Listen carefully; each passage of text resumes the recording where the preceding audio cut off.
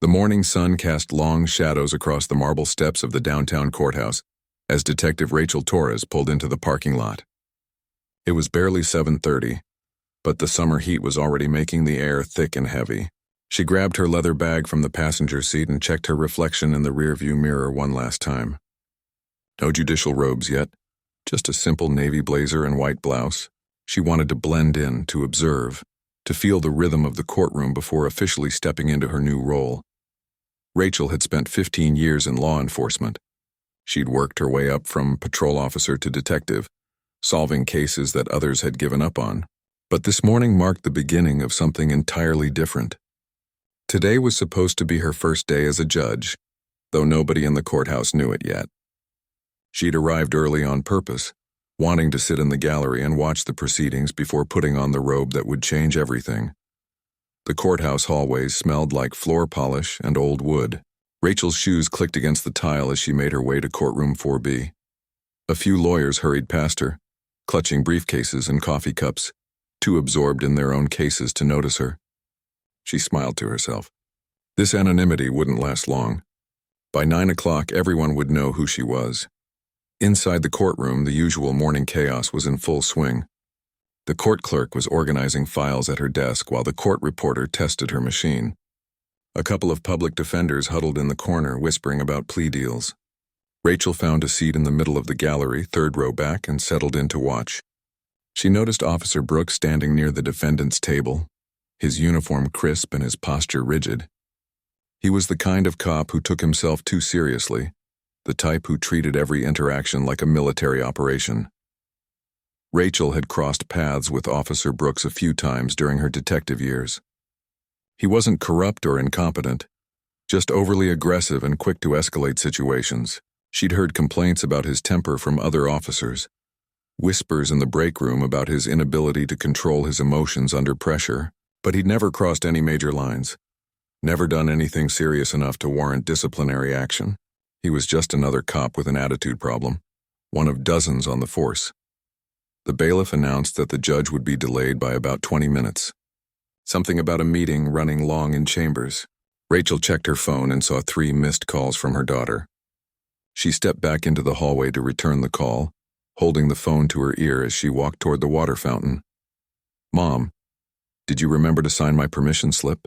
Her daughter's voice came through, slightly panicked. Rachel closed her eyes and smiled. "It's on the kitchen counter, sweetie. I signed it last night. Are you sure? I looked everywhere. Check under the fruit bowl. I remember putting it there so you'd see it at breakfast." Her daughter's relieved sigh was audible. "Found it. Thanks, Mom. Good luck today. Love you." "Love you too." Rachel ended the call and turned to head back into the courtroom. That's when everything changed. She wasn't watching where she was going, still thinking about her daughter's field trip and mentally rehearsing what she'd say when she took the bench for the first time. Officer Brooks was coming around the corner from the opposite direction, carrying a large coffee in a flimsy cardboard cup. They collided right in the center of the hallway. The coffee went everywhere. It splashed across the front of Officer Brooks's uniform, dark brown stains spreading across his chest and stomach. The cup tumbled to the floor and what remained of the liquid pooled around their feet. "Oh my God, I'm so sorry," Rachel said immediately, reaching out instinctively. "I wasn't looking where I was going. Are you okay? Did it burn you?" Officer Brooks looked down at his ruined uniform, his face turning red. For a moment, Rachel thought he might laugh it off, might accept her apology and move on. But then she saw his jaw clench and his fists ball up at his sides. "You stupid woman," he hissed through gritted teeth. "Do you have any idea what you've done? I have to stand in that courtroom all morning looking like this." Rachel took a step back, surprised by the venom in his voice. "I understand you're upset, but it was an accident. I've already apologized. Maybe there's a spare uniform in your locker." "An accident?" Brooks's voice was rising now, drawing attention from people passing by. "You weren't even watching where you were going. Just wandering around with your phone like you own the place." A few people had stopped to watch. The court clerk poked her head out of the courtroom door, her expression concerned. Rachel could feel her own temper starting to rise, but she kept her voice calm and steady. "Officer, I've apologized. I'm willing to pay for dry cleaning or whatever else you need, but you need to lower your voice and calm down." That was apparently the wrong thing to say. Later, Rachel would replay this moment in her mind 1,000 times. She'd analyze every second, every word, every facial expression. She'd wonder if there was something she could have done differently, something that might have prevented what happened next. Officer Brooks took a step toward her, his face now inches from hers. She could see the veins bulging in his neck, could smell the coffee on his breath. His hand came up fast, faster than she expected. The slap connected with her left cheek with a sound like a firecracker going off in the quiet hallway. Rachel's head snapped to the side. Pain exploded across her face, sharp and burning. She stumbled backward, her hand flying up to her cheek. For a moment, everything went silent. The hushed conversations, the clicking of shoes on tile. Even the hum of the fluorescent light seemed to disappear. All she could hear was the ringing in her ears and the sound of her own breathing. The court clerk gasped. A lawyer who'd been walking by dropped his briefcase. The security guard at the end of the hall started running toward them. But Rachel just stood there, her hand pressed against her stinging cheek, staring at Officer Brooks with wide eyes. Brooks seemed to realize what he'd done the instant his hand made contact. The anger drained from his face, replaced by shock and then fear. His hand was still raised, frozen in the air like he couldn't quite believe it belonged to him. He opened his mouth to speak, but no words came out. "Officer Brooks," a voice called from behind Rachel. It was the court clerk, her face pale but her voice firm. "Step away from her right now." Brooks lowered his hand slowly. He looked around at the growing crowd of witnesses, at the security guard approaching with his hand on his radio, at the lawyer fumbling for his phone to record what was happening, and then his eyes came back to Rachel, still standing there with her hand on her cheek. "I didn't mean," he started, but Rachel cut him off with a raised hand. "Don't," she said quietly. "Don't say anything else." The bailiff appeared in the doorway of the courtroom, taking in the scene with practiced eyes.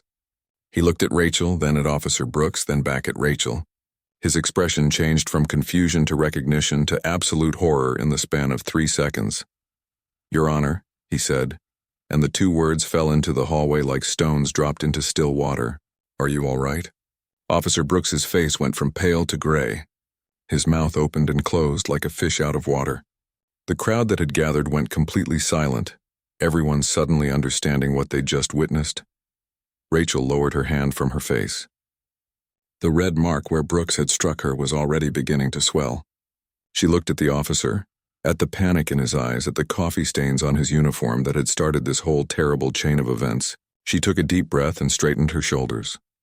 "Officer Brooks will wait in the security office," she said, her voice steady despite the trembling she felt inside. "He's not to leave this building." The security guard moved forward immediately, but Brooks didn't resist. He just stood there staring at Rachel like he'd seen a ghost, because in a way he had. The woman he'd just assaulted wasn't just some random person wandering the courthouse halls. She was the new judge, the one who was supposed to take the bench in less than 30 minutes, and now everyone knew it. The hallway seemed to freeze in time. Officer Brooks stood there like a statue, his face drained of all color. His eyes were fixed on Rachel, but it was like he was looking through her, his mind trying desperately to process what the bailiff had just said. "Your Honor." Those 2 words hung in the air like smoke that wouldn't clear. Rachel's cheek was throbbing now, a dull ache that pulsed in rhythm with her heartbeat. She could feel everyone's eyes on her, could hear the whispers starting to ripple through the small crowd that had gathered. A lawyer in an expensive suit had his phone out, probably texting every attorney in the building about what he'd just witnessed. The court clerk stood in the doorway, one hand covering her mouth, her eyes darting between Rachel and Brooks like she was watching a car crash in slow motion. "Ma'am, please come with me," the security guard said gently, positioning himself between Rachel and Brooks. He was an older man, probably close to retirement, with kind eyes and a name tag that read Wilson. He'd seen plenty of drama in his years at the courthouse, but nothing quite like this. Rachel nodded and let him guide her toward the clerk's office, her legs feeling unsteady beneath her. As she walked away, she could hear Officer Brooks finally finding his voice behind her. "Wait, I didn't know. Iswe, or I didn't know who she was. His words trailed off into desperate silence because even he knew how hollow they sounded. It didn't matter that he hadn't recognized her.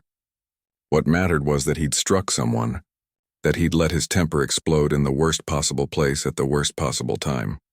Inside the clerk's office, Rachel sank into a chair while the clerk, A woman named Patricia, who'd worked at the courthouse for 20 years, rushed to get ice from the break room. The small office was cluttered with files and court documents, a coffee maker gurgling in the corner, and a calendar on the wall marked with important court dates. Today's date had a star next to it. Judge Torres's first day, it said in Patricia's neat handwriting. "I can't believe this happened," Patricia said, returning with a plastic bag filled with ice wrapped in a paper towel. "On your first day of all days. That man should be arrested. He will be arrested, right?" Rachel pressed the ice to her cheek and winced. "One thing at a time, Patricia. Should I call an ambulance? Do you need to go to the hospital?" "No, I'm okay. It's just going to bruise." Rachel closed her eyes and took a deep breath. Her hands were shaking now that the initial shock was wearing off. She'd been hit before during her years as a police officer. She'd been in fights, had been pushed and shoved and threatened. But this was different.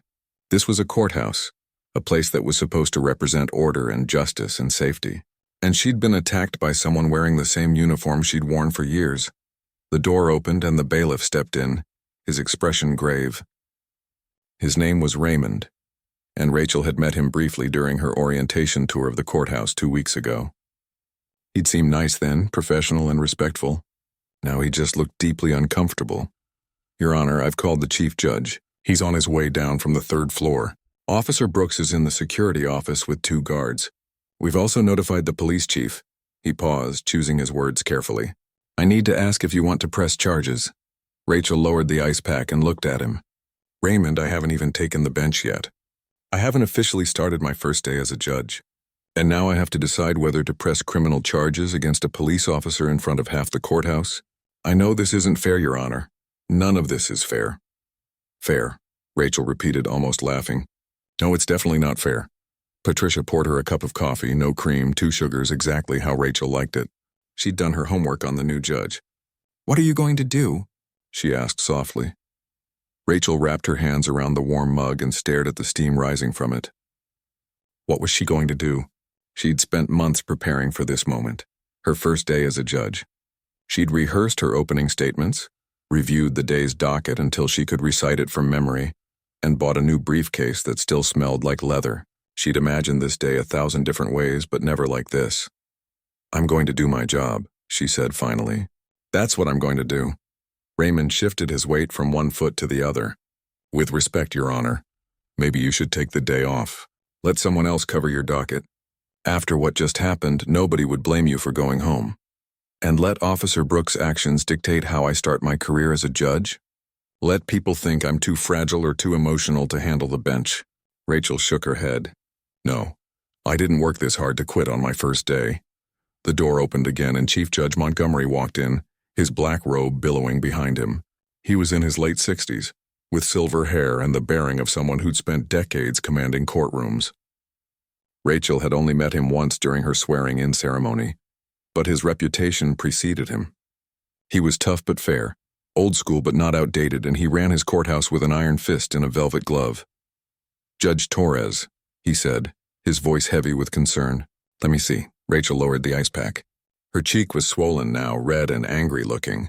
Montgomery's jaw tightened when he saw it. "That officer will never work in this courthouse again," he said flatly. "I've already spoken with the police chief. He's being placed on immediate administrative leave pending investigation. And if you want to press charges, which you absolutely should, the district attorney has been notified and is ready to file. I appreciate that. Chief Judge, you don't have to go out there today." "Rachel," he dropped the formal title, speaking to her as one human being to another. "This is traumatic. Nobody expects you to just put on your robe and pretend nothing happened." Rachel stood up, setting the coffee mug down on Patricia's desk. Her legs felt steadier now, her hands no longer shaking. "Chief Judge Montgomery, I became a police officer because I wanted to protect people and uphold the law. I became a detective because I wanted to find truth and bring justice. And I became a judge because I believe in the system, even when it's imperfect, even when it fails us." She walked to the small mirror hanging on the wall and looked at her reflection. The mark on her face was impossible to miss, a visible reminder of what had happened. But behind the injury, she saw something else. She saw determination. She saw strength. She saw someone who'd overcome obstacles her entire life and refused to let this one stop her. "If I go home now, if I let this incident define my first day, Then I'm sending a message, she continued, still looking at herself in the mirror. I'm saying that violence works, that intimidation works, that losing control has no real consequences. And I can't do that. I won't do that. Montgomery was quiet for a moment, then nodded slowly. You're sure about this? I'm sure. Then we do this properly. Patricia, make sure everyone in that courtroom understands that Judge Torres will be presiding this morning. Raymond, I want extra security in the courtroom, but keep it low-key. We're not creating a circus out of this. He turned back to Rachel. You have about 15 minutes until your docket starts. Do you need anything? Just my robe, Rachel said. It's still in my car. I was going to change in chambers after watching the proceedings for a bit. I'll have someone get it, Patricia offered immediately. No, Rachel said. I'll get it myself. I need the air and I need a minute to think. She walked back through the courthouse hallways, and this time everyone knew who she was. Lawyers stopped mid-conversation to stare. Court personnel whispered as she passed. A young prosecutor actually stepped aside and pressed himself against the wall, like he was afraid to get too close. The story had spread through the building like wildfire. Everyone had heard about the police officer who'd slapped the new judge in the hallway. Outside, the morning heat hit her like a wall. Rachel walked to her car and retrieved her robe from the back seat. She held it in her hands, feeling the weight of the fabric, the significance of what it represented. Then she noticed her daughter had left a note tucked into the garment bag. It was written on a piece of notebook paper in her teenage handwriting. Mom, you're going to be the best judge ever. Don't let anyone tell you different. Love you to the moon and back. P.S. Remember to breathe. Rachel smiled despite everything, despite the pain in her cheek and the chaos of the morning. Remember to breathe. Good advice. She put on the robe right there in the parking lot, adjusting it over her blazer, fastening the buttons with steady hands. When she walked back into the courthouse, she wasn't Detective Rachel Torres anymore. She wasn't a victim of an assault or a woman who'd been humiliated in front of her colleagues. She was Judge Rachel Torres, and she had a courtroom waiting for her. The judge's chambers were smaller than Rachel had imagined. A heavy wooden desk dominated the room, with bookshelves lining the walls from floor to ceiling. Legal volumes with worn spines stood shoulder to shoulder, their titles embossed in faded gold lettering. Someone had left a small plant on the windowsill, a peace lily with white flowers just beginning to bloom, a welcome gift probably from Patricia. Rachel stood in front of the full-length mirror that hung on the back of the door. The black robe transformed her completely. She looked official now, authoritative, like someone who belonged behind the bench. But the swelling on her left cheek told a different story. No amount of makeup could hide it, and she wouldn't try. Let people see it. Let them know what happened. Her phone buzzed in her pocket. A text from her sister. I heard what happened.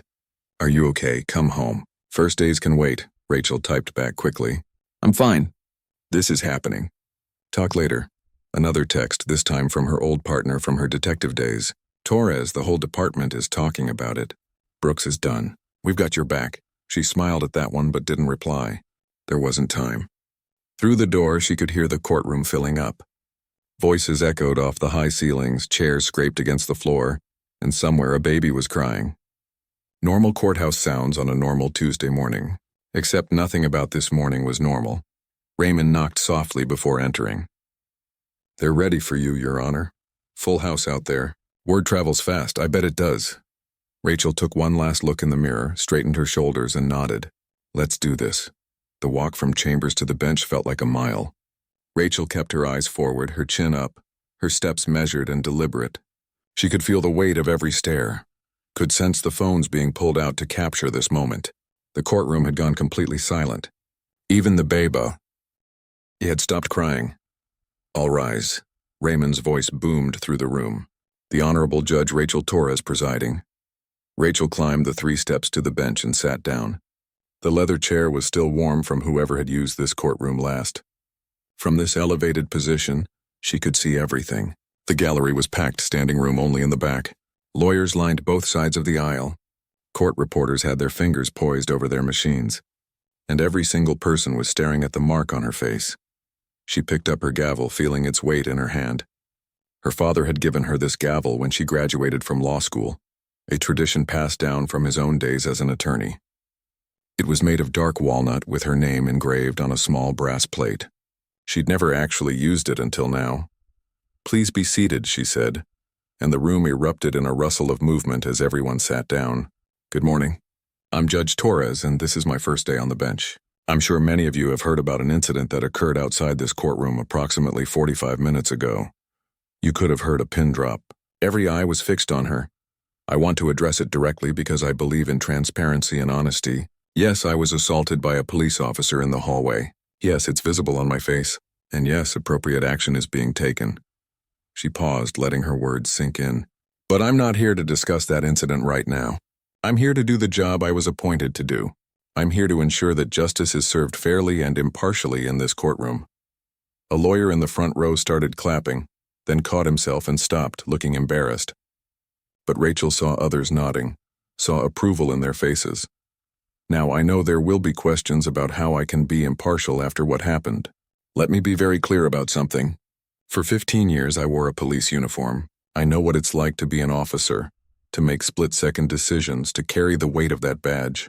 I also know that the vast majority of police officers are good people, doing a difficult job. She could see a few officers in the courtroom relaxing slightly at her words, but I also know that wearing a uniform doesn't put anyone above the law. It doesn't excuse violence. It doesn't justify losing control. Rachel's voice was firm now, stronger.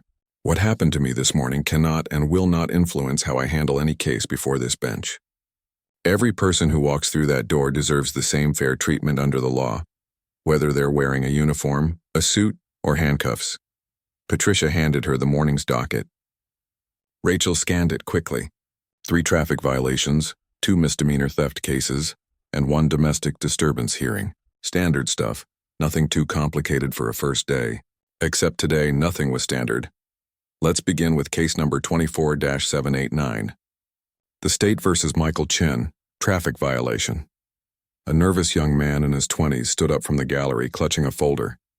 His attorney, a woman with gray hair and kind eyes, stood beside him. Your Honor, my client was cited for running a red light at the intersection of 5th and Main. We're here to contest the citation. Rachel listened as the attorney laid out her case. The traffic light had malfunctioned. The young man had security footage from a nearby business showing the light was indeed broken, and he'd reported it to the city immediately after receiving the ticket. It was straightforward, open and shut. Mr. Chen, do you have the footage with you? Yes, Your Honor. He fumbled with his phone, clearly nervous. You can show it to the clerk. She'll display it on the monitor. They watched the grainy security footage together. Sure enough, the light cycled through its colors erratically, staying green for barely 3 seconds before switching to red without any yellow warning in between. The young man's car was already in the intersection when the light changed. Citation dismissed, Rachel said, tapping her gavel once. Mr. Chen, thank you for reporting the faulty light to the city. Hopefully it's been repaired by now to prevent accidents. You're free to go. The relief on the young man's face was immediate. Thank you, Your Honor. Thank you so much.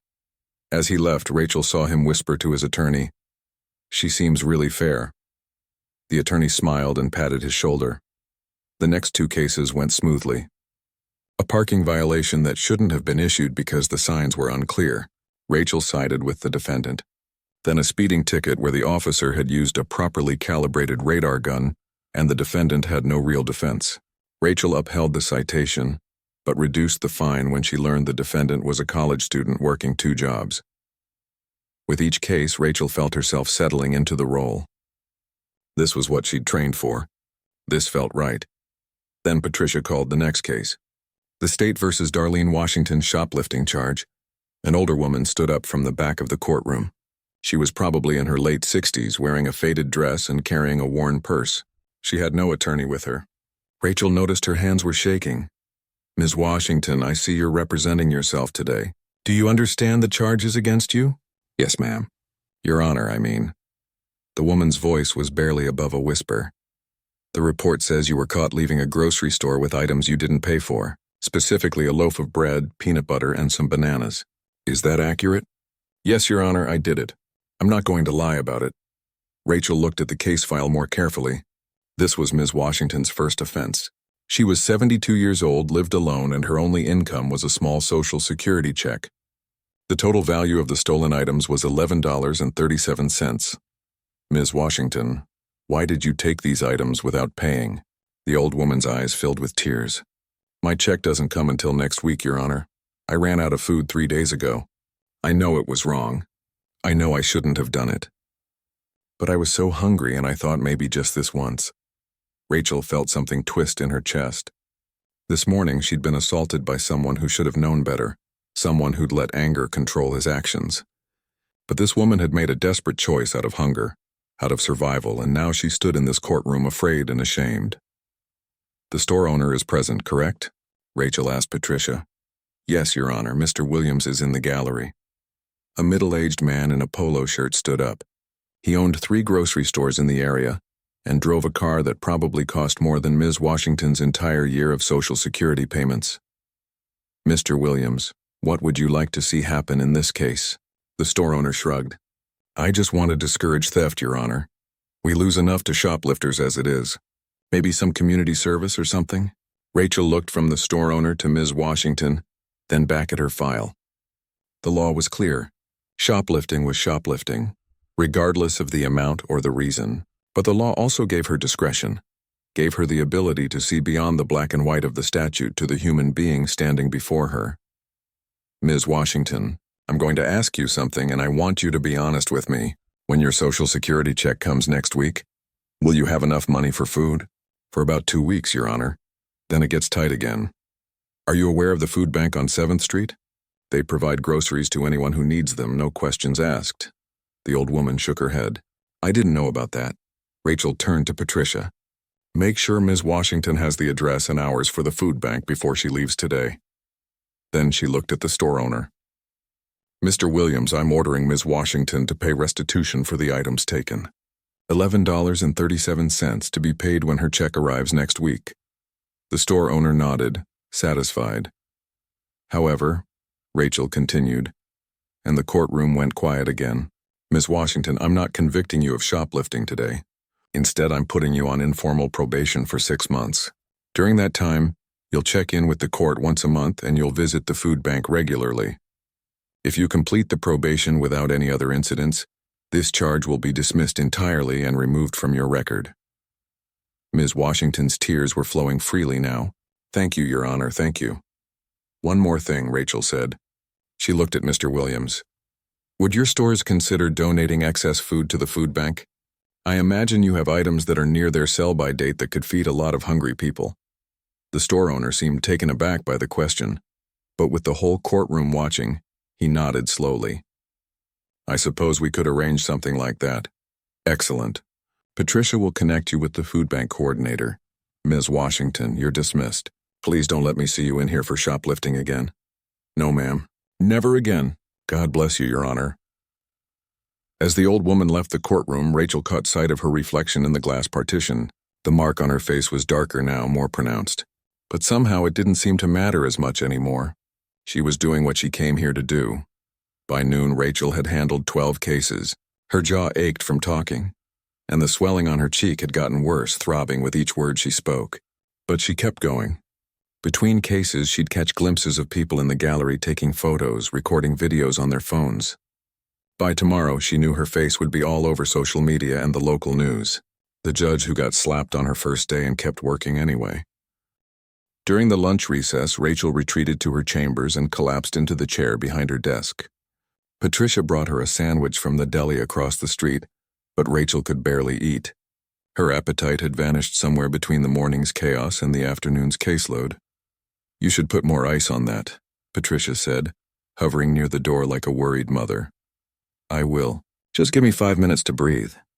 But before she could even unwrap her sandwich, there was a knock at the door. Chief Judge Montgomery entered without waiting for an answer. How are you holding up? He asked, settling into one of the chairs across from her desk. I'm fine. Tired, but fine. You've done exceptionally well this morning. Everyone's talking about it. The way you handled that elderly woman's case, the clarity of your rulings, you're a natural up there. He paused, choosing his words carefully. But we need to talk about Officer Brooks. Rachel set down the sandwich she hadn't taken a bite of. What about him? The district attorney wants to move forward with assault charges. They're prepared to file by end of business today, but they need you to give a formal statement and decide if you're going to press charges. And if I don't? Montgomery sighed. Then it becomes more complicated. They can still charge him based on witness statements, but it weakens the case significantly. Brooks has already lawyered up. His attorney is claiming stress, PTSD from a shooting he was involved in last year, saying his client snapped under pressure. Rachel laughed, but there was no humor in it. So he gets to blame his trauma for hitting me? What about my trauma? What about every other person he might hit the next time he has a bad day? I'm not defending him, Rachel. I'm just telling you what we're dealing with. His union is already circling the wagons. They're going to fight this hard. Let them fight. Rachel stood up and walked to the window. From here, she could see the street below, people going about their normal day, completely unaware of the drama unfolding in the courthouse. I spent 15 years as a cop. I know how these things work. If I don't press charges, if I let this slide, then I'm sending a message that it's okay, that some people are above consequences. You're right, but I also want you to understand what you're signing up for. This will get messy. Brooks's attorney will dig into your past, looking for anything they can use. They'll question your judgment, your character, your fitness for the bench. They'll make this about you instead of about what he did. Rachel turned to face him. Do you think I should drop it? I think you should do whatever feels right to you. But I also think you should know what's coming. Before Rachel could respond, Patricia rushed in, her face flushed. Your Honor, I'm sorry to interrupt, but there's someone here to see you. She says it's urgent. Who is it? Her name is Kelly Anderson. She says she's Officer Brooks's ex-wife. Rachel and Montgomery exchanged glances. Send her in, Rachel said. The woman who entered was in her early 40s with tired eyes and nervous hands that wouldn't stop fidgeting with her purse strap. She looked like someone who hadn't slept well in months, maybe years. Judge Torres, I'm sorry to bother you. I know you're busy and I know this is probably inappropriate, but I had to come. Kelly's words tumbled out in a rush. Please sit down. What can I do for you?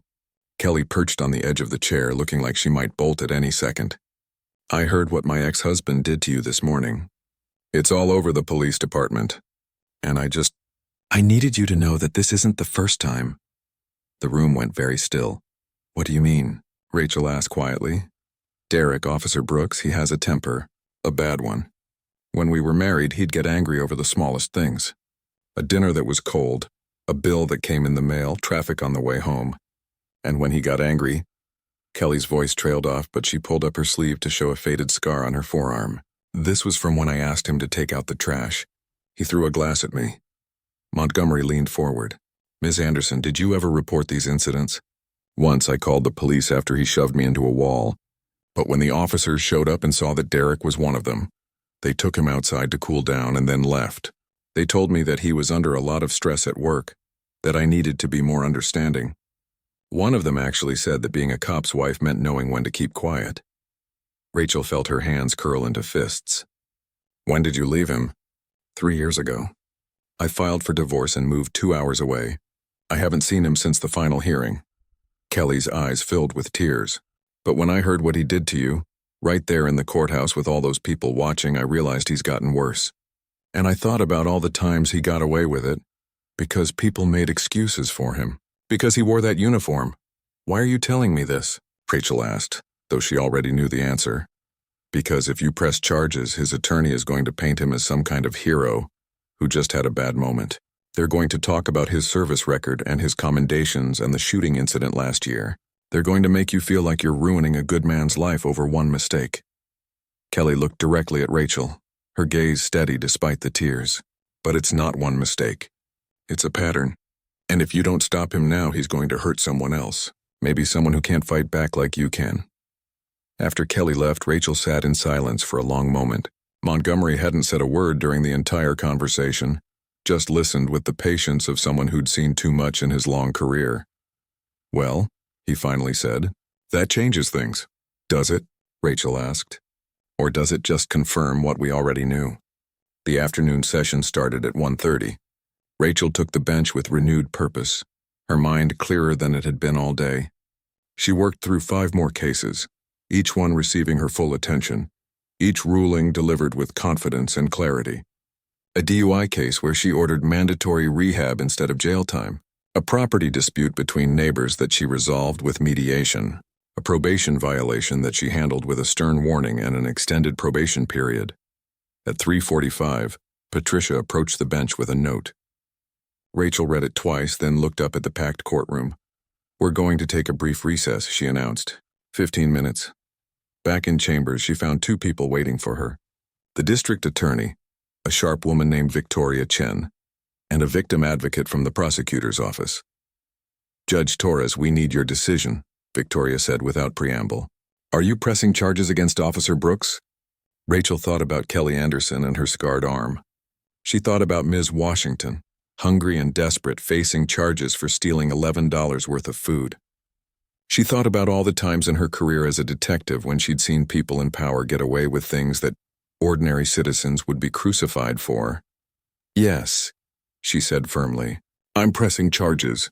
Full formal complaint, I want everything documented. And I want to give a statement today before I leave." Victoria nodded, already pulling out her tablet. "We'll need about an hour for the statement. Can you stay after your docket is done?" "I'll stay as long as it takes."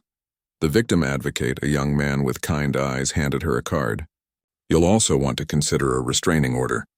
In domestic violence cases involving law enforcement, we always recommend protective measures."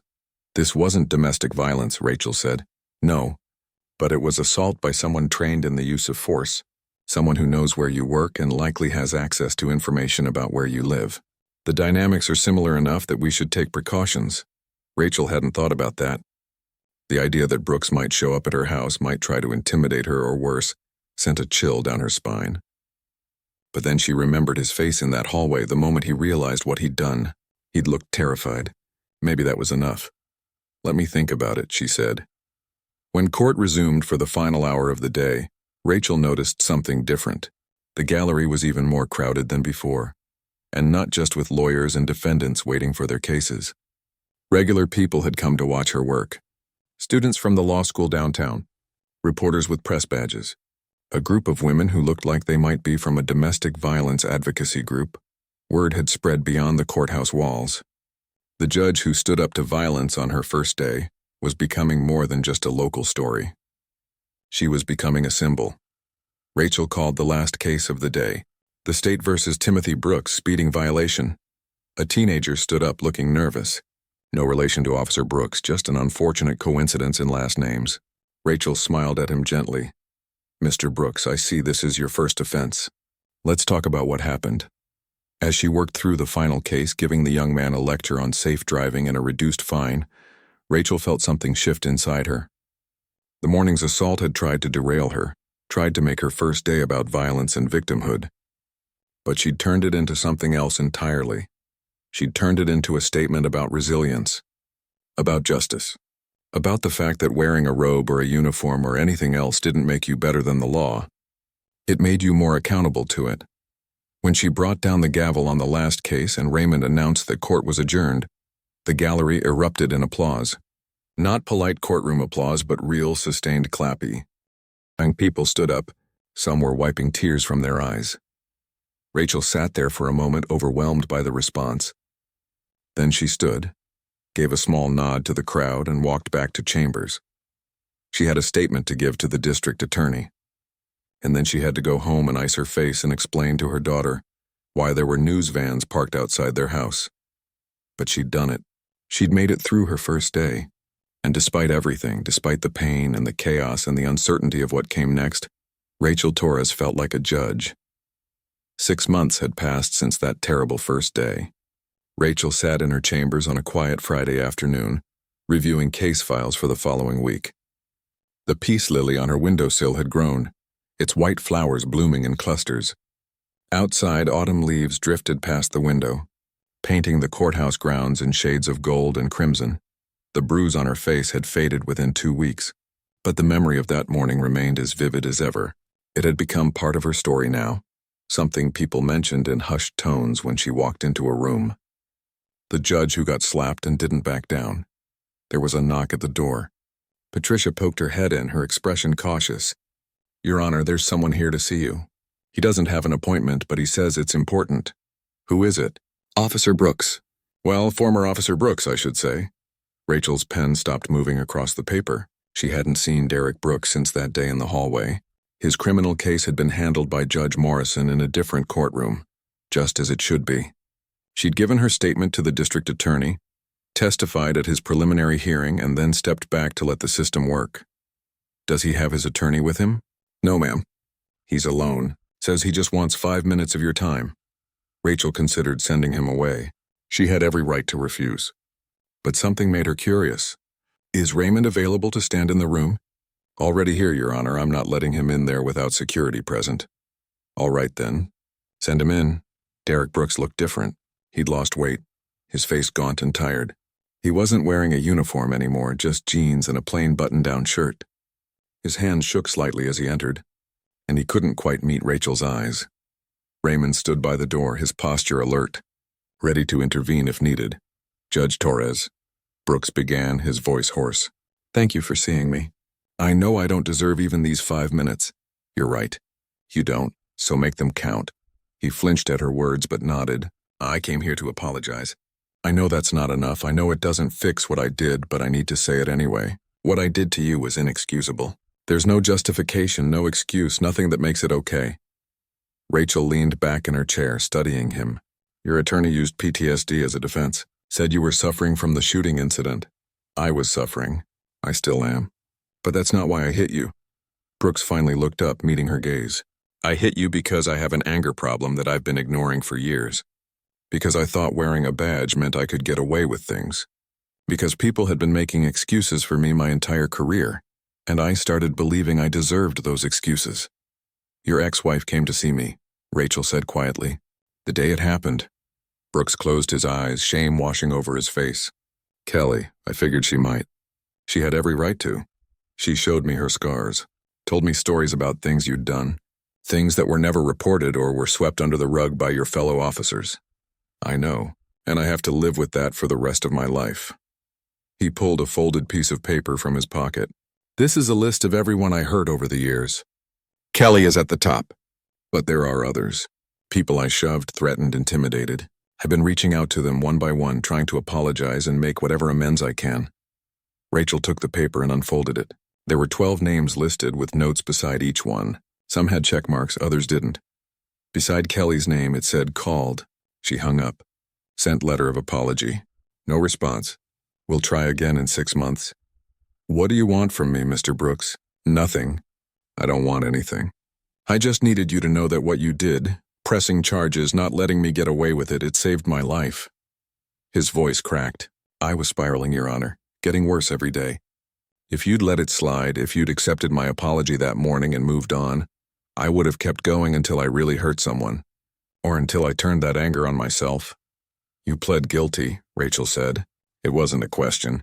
She'd followed the case from a distance. Yes, no plea bargain, no reduced charges. I took responsibility for what I did. Judge Morrison sentenced me to 90 days in jail, 3 years probation and mandatory counseling. I've been out for 2 months now. How's the counseling going? It's hard. Really hard. Having to look at myself honestly. Having to admit all the things I've done. But it's working. I'm learning to recognize when I'm getting angry. Learning to walk away, learning to ask for help. He paused. I'm also working with a domestic violence prevention program. Talking to other cops about anger management, about getting help before it's too late. Rachel set the list down on her desk. Mr. Brooks, I appreciate you coming here. I appreciate the apology, but you need to understand something. The person you hurt most that day wasn't me. It was you. You destroyed your own career, your own reputation, your own future because you couldn't control your temper for 5 seconds. I know. And every day, you're going to have to live with that. Every job application that asks if you've been convicted of a crime. Every relationship where you have to explain your past. Every time you see a police officer and remember what you used to be. I know, he repeated, his voice barely a whisper. Good. Because that's what accountability looks like. It's not just saying sorry, it's carrying the weight of your actions for the rest of your life. Rachel stood up. But here's what else I want you to know. I forgive you. Brooks looked up sharply, shock evident on his face. I forgive you, Rachel repeated. Not because you deserve it, but because I refuse to carry anger and resentment around for the rest of my life. What you did was wrong. You paid a price for it and you'll continue paying that price. But I'm choosing to let go of my anger so I can move forward. Tears were streaming down Brooks's face now. Thank you, he managed to say. Thank you. Don't thank me. Just do better. Be better. And if you ever feel that anger rising again, if you ever feel like you might hurt someone, you call your counselor, you call your sponsor, you call 911 if you have to, but you don't let yourself become that person again. I won't, I promise I won't. After Brooks left, escorted out by Raymond, Rachel sat alone in her chambers for a long time. She thought about Kelly Anderson and the courage it took to come forward. She thought about Ms. Washington and wondered if she was getting enough food from the food bank. She thought about all the cases she'd handled over the past 6 months, all the people whose lives had intersected with hers in this courtroom. Her phone rang. It was her daughter. "Hey, Mom, just checking in. How was your day?" "It was good, honey." "Really good, actually. Did anything interesting happen?" Rachel looked at the peace lily on her windowsill, at the law books lining her shelves, at the gavel sitting on her desk. Someone came by to apologize for something. It was unexpected, but it felt important. That's good. "Hey, are you still coming to my volleyball game tonight? Wouldn't miss it for the world." After hanging up, Rachel gathered her things and prepared to leave for the day. As she walked through the courthouse, people nodded respectfully. Some stopped to chat about cases, others just smiled and kept walking. She wasn't the new judge anymore. She was just Judge Torres doing her job, making her decisions, trying to do right by everyone who came through her courtroom. In the parking lot, she paused before getting in her car. The courthouse stood behind her, solid and permanent, a symbol of justice and order. 6 months ago, she'd walked into that building as a victim. She'd left it as something else entirely. The local bar association had asked her to speak at their annual dinner next month.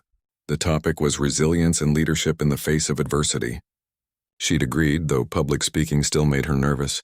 But she had a story to tell now, a real story about what it means to face injustice and choose courage over fear. As she drove home, Rachel thought about what she'd say in that speech. She'd talk about her first day, about the slap that echoed through the courthouse hallways. But she'd also talk about what came after. The choice to stay, to take the bench, to do the job she'd been appointed to do. The decision to press charges, to hold someone accountable even when it would have been easier to let it go. She'd talk about Kelly Anderson and the other victims who found their voices because someone finally listened. She'd talk about the letters she'd received from domestic violence survivors, thanking her for standing up, for showing them that justice was possible. Most importantly, she'd talk about forgiveness, not the kind of forgiveness that lets people off the hook or pretends that bad things didn't happen, but the kind that releases you from the prison of anger, that lets you move forward without being chained to the past. When Rachel arrived home, her daughter was waiting on the porch, volleyball gear already packed and ready to go. She looked at her mom with pride in her eyes. "You know what, Mom? I tell all my friends